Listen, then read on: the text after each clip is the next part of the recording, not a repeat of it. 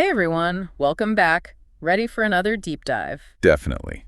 Always up for exploring new financial territory. Well, today we're tackling something that's essential for pretty much everyone, no matter where you are in your financial journey. Financial planning for beginners. Ah, yes. Back to the basics. But you know what? Sometimes a refresher on the fundamentals is exactly what we need. It's like going back and making sure that foundation is rock solid. Right. And to help us break it down, we're going to follow the story of the student named James, who's just learning about personal finance for the first time. So imagine you're sitting right next to him in his very first personal finance class. I like this approach. Makes it super relatable. Everyone remembers those early days of trying to wrap their head around things like budgeting and saving. Exactly. No complicated jargon, just straight up, easy to understand advice. And the teacher kicks things off with a topic that's, well, kind of unavoidable: budgeting. Ah, the dreaded B word. But hey, she calls it a spending blueprint, which sounds way more exciting, don't you think? It does. Less restrictive, more like a plan. And when I think about it, a budget really is like a blueprint. It helps you see the big picture of your finances and figure out how all the pieces fit together. I totally agree. It helps you track where your money's going, make conscious choices about your spending. James is learning that even small expenses, like those after-school snacks, can add up over time if you're not paying attention. I've been thinking about this a lot lately, like with that whole latte factor concept. I mean, $5 for a fancy coffee doesn't seem like a lot, but if you do that every day. It adds up fast, like almost $2,000 a year, Yeah. just from those daily coffee runs, which, hey, if that's a priority for you, great, but it's got to be a conscious choice, right? Part of the plan. Absolutely. Okay, so James is figuring out his spending, but then there's this whole other piece of the puzzle: saving. He sets a goal to save 10% of his allowance each week, which seems pretty reasonable. But starting out, I remember feeling like, ugh, 10%, Yeah. what difference is that really going to make? I hear you. It can feel a bit discouraging at first, right? Yeah. But that's where the magic of consistency comes in. It's like James's teacher introduces this concept of compound interest, which is basically, Earning interest on your interest? It sounds kind of crazy when you put it like that, but Yeah. when you see those charts that show how much your savings can grow over time, it's like, whoa. seriously, it's all about time. Like even if you're just investing a small amount regularly, that money can really multiply over the long term thanks to that compounding effect. So even starting small can lead to big gains down the road. Exactly. It's that whole slow and steady wins the race kind of thing. Which, okay, saving's great, but let's be honest, it's not always easy, especially when there's something you really want to buy. Like in James's case, he's got his eye on a new bike. Oh, I remember those days. Wanting the latest gadget or whatever. That's where it gets tricky, right? Trying to balance saving with, well, spending on things you actually want. Right. And that's where understanding the difference between needs and wants comes in. That's what James's teacher starts talking about next. Like a bike, is it a need or a want? Yeah. Figuring that out helps you prioritize your spending. Yeah, that makes sense. It's easy to get caught up in the excitement of wanting something new, but taking a step back and asking yourself, do I really need this, can be a total game changer. For sure. And, this whole needs versus wants thing, it's not just about big purchases like bikes or whatever. It also applies to those little everyday things. Ooh, like those impulse buys at the checkout counter. Totally. Or that extra streaming subscription you never really use. Those Yeah. little things can really eat into your budget without you even realizing it. So true. And speaking of things that can potentially mess with your finances, James's teacher brings up another big topic: debt. Now, James is all about borrowing responsibly, like only what he can afford, but his teacher is quick to point out that, Not all debt is created equal. Right. There's good debt and bad debt, which I think can be a bit confusing for people. yeah, like what's the difference? Okay, so good debt is typically something like a student loan or maybe a mortgage. It's an investment in your future, often comes with lower interest rates. But bad debt, think high interest credit cards, those can be really dangerous. So it's not just about avoiding debt completely, it's about understanding the different types and being smart about it. Exactly. You got to assess the long-term impact of that debt. Is it something that's going to help you build wealth over time, or is it just going to weigh you down with those crazy interest payments? Okay, so we've got budgeting, saving, and now this whole good debt versus bad debt thing. It feels like James is getting a pretty solid financial foundation here. He really is. But now it's time to add another layer: investing. Ooh, investing. That's where things start to feel a little more Wall Street, eh? Well, it doesn't have to be intimidating. We'll break it down after the break. Investing. I always kind of picture, those guys in suits on Wall Street yelling, buy, sell. Seems pretty intense. Yeah, I get it. Investing can seem pretty intimidating, especially when you're first starting out. Right. But honestly, it doesn't have to be that way. There are a lot of simple ways to start investing, even if you don't have a ton of money. Well, that's good to hear. So in this class James is in, they actually start with some pretty basic examples of investing. Like James comes up with this idea for a lemonade stand. Oh, I love that. It's such a classic example. But it really illustrates the core idea of investing, which is basically putting your money to work for you. And then there's his friend Sarah, who's already making money selling her artwork online. So it's not always about like Wall Street and stocks and all that. Right. Investing can take many forms. It could be starting a small business, like James's lemonade stand idea, or even just putting money in a savings account where it can earn a little bit of interest. Oh, right. Savings accounts do earn interest, even though it's not a ton these days. It's better than nothing, I guess. Absolutely. And as you learn more and get more comfortable, you can start exploring other options, like investing in stocks or bonds. Okay, now those sound a little more like what I think of when I hear investing.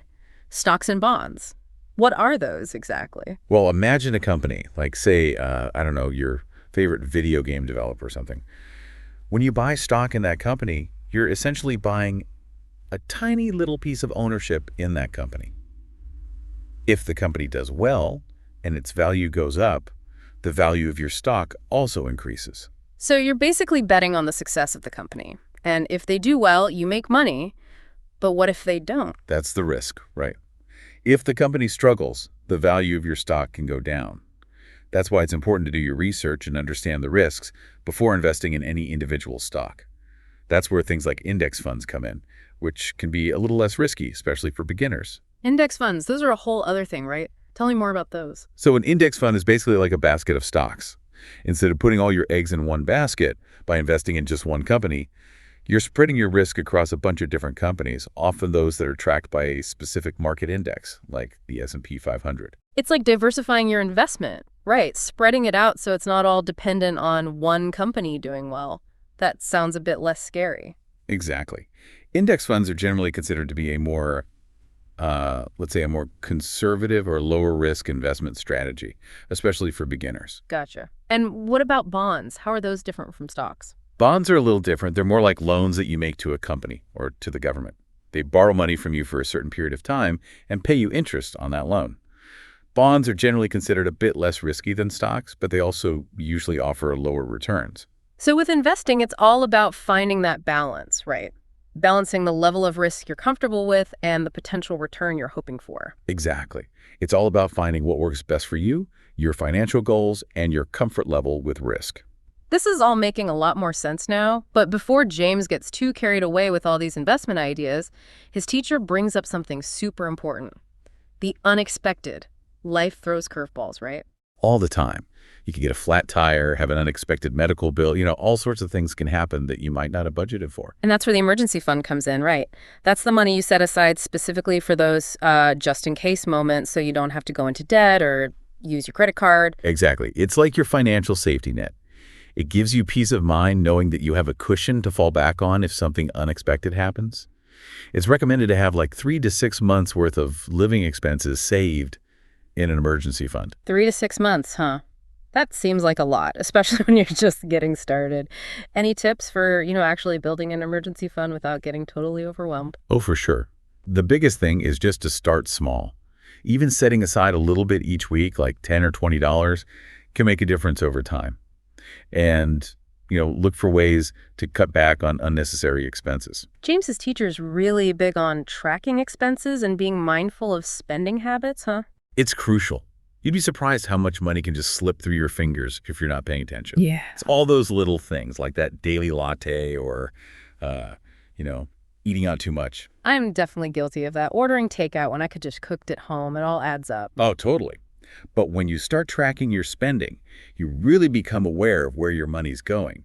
Then you can make more conscious choices, like James deciding to cut back on those sugary drinks. Speaking of James, he's got this whole entrepreneurial spirit going on. He's thinking about mowing lawns to earn some extra cash, and Sarah's already making money selling her art online. I love how they're both taking initiative and being creative about earning money. Me too.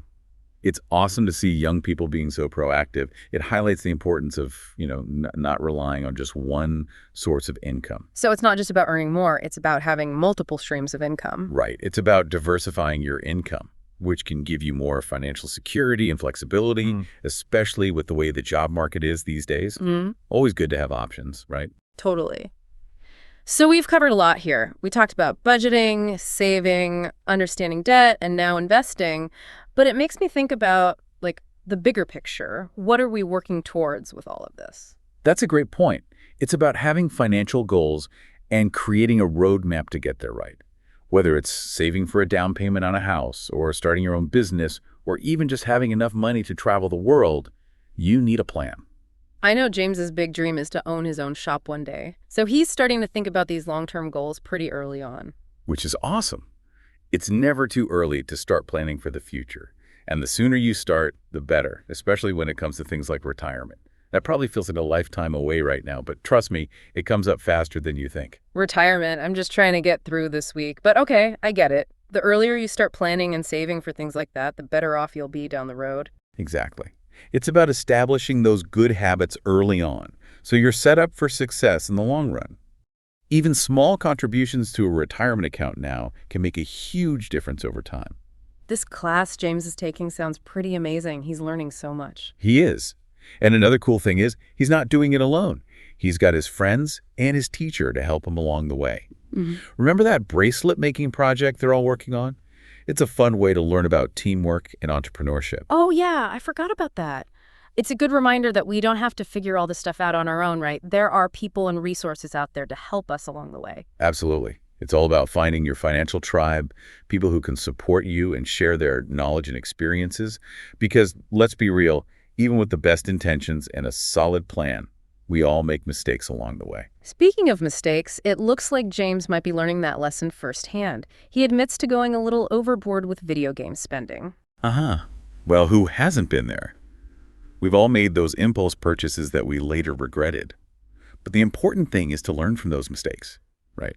To figure out what went wrong and how to avoid making the same mistake again. Yeah, it's all about learning and growing, both financially and personally. And hey, maybe those mistakes are what lead to those aha moments where things really start to click. Absolutely. Mistakes can be our greatest teachers, especially when it comes to finances. It's about being resilient, bouncing back from those setbacks, and continuing to learn and grow. I love that. So at the end of this class, James has really come a long way, right? From feeling lost and overwhelmed to actually having a good grasp on the basics of personal finance. He has. It's proof that no matter where you're starting from, you can take control of your finances and build a brighter future for yourself. It's pretty inspiring, right? And honestly, listening to James's story has been a good refresher for me too. Sometimes I get so caught up in the day-to-day stuff that I forget to step back and look at the big picture. I think we can all relate to that. Life gets busy, and it's easy to let our finances just kind of run on autopilot. But taking the time to learn and develop those good financial habits, it's an investment in our future well-being, So as we wrap up our deep dive into personal finance with James, let's recap some of the key things we've learned. We talked about the importance of having a spending blueprint or budget to track where your money's going. We explored the power of saving, even if it's just a little bit at a time, and how compound interest can help your money grow over time. We also talked about the difference between needs and wants, making sure to spend your money on things that are actually important to you, and understanding the difference between good debt and bad debt, because not all debt is created equal. And of course, we talked about investing. Starting small, doing your research, exploring different options like stocks, bonds, and index funds. It doesn't have to be scary. And we can't forget the importance of having an emergency fund for those just-in-case moments. And I think one of the biggest takeaways for me is that it's all about those little things adding up over time, right? Tracking your spending, finding creative ways to boost your income, being mindful of your spending habits. Those things can really make a difference in the long run. So as we wrap up this episode, we wanted to leave you with a little something to think about. What's one small step you can take today to improve your financial well-being? Maybe it's finally setting up a budget or creating a savings goal or even just starting to research different investment options. Remember, every journey begins with a single step. And who knows, maybe someday you'll be sharing your own financial success story and inspiring others to take control of their money and achieve their dreams. Until next time, Happy budgeting, saving, and investing. It really is true what they say, right? Like you learn way more from your mistakes than you do from your successes. Totally agree. Like those financial oops moments often teach us the most valuable lessons. So true. I mean, think about James at the end of this class. He started out pretty clueless about all this stuff, but now he's got a budget, he's saving money, he's even learning about investing, and he's thinking about, his long-term goals, like opening his own shop one day. It's amazing how much progress he made, Yeah. right? It really goes to show that no matter what age you are or how much money you have, you could take control of your finances and build a better future for yourself. And honestly, listening to James's story has been a good reminder for me too. Like sometimes I get so caught up in just trying to, manage everything day to day that I forget to think about the bigger picture. Yeah, I get that. It's so easy to let things slide when you're busy, but taking the time to learn about personal finance, really making it a priority, it's like an investment in your future well-being. All right, so as we wrap up our deep dive into the world of personal finance, let's quickly recap some of the key things we've learned from following James's journey. We talked about that whole idea of a spending blueprint, aka a budget, to keep track of where your money's going. We talked about how powerful saving can be, even if you're just starting with small amounts, and how compound interest can help that money grow over time, which is pretty cool. Oh, and we can't forget the whole needs versus wants thing, making sure we're spending our hard-earned cash on things that actually matter to us. And of course, that discussion about debt, understanding that not all debt is created equal. Right, good debt versus bad debt. And then we got into investing, exploring all those different options like stocks, bonds, index funds. It definitely doesn't have to be as complicated or scary as it seems. And one of my biggest takeaways, it's all about the little things, those habits that can make a huge difference over time, like tracking your spending, maybe finding a side hustle to boost your income, even just being more mindful of those everyday purchases. Couldn't agree more. It's those consistent actions that really add up over time. And, before we sign off, we want to leave you with a little something to think about.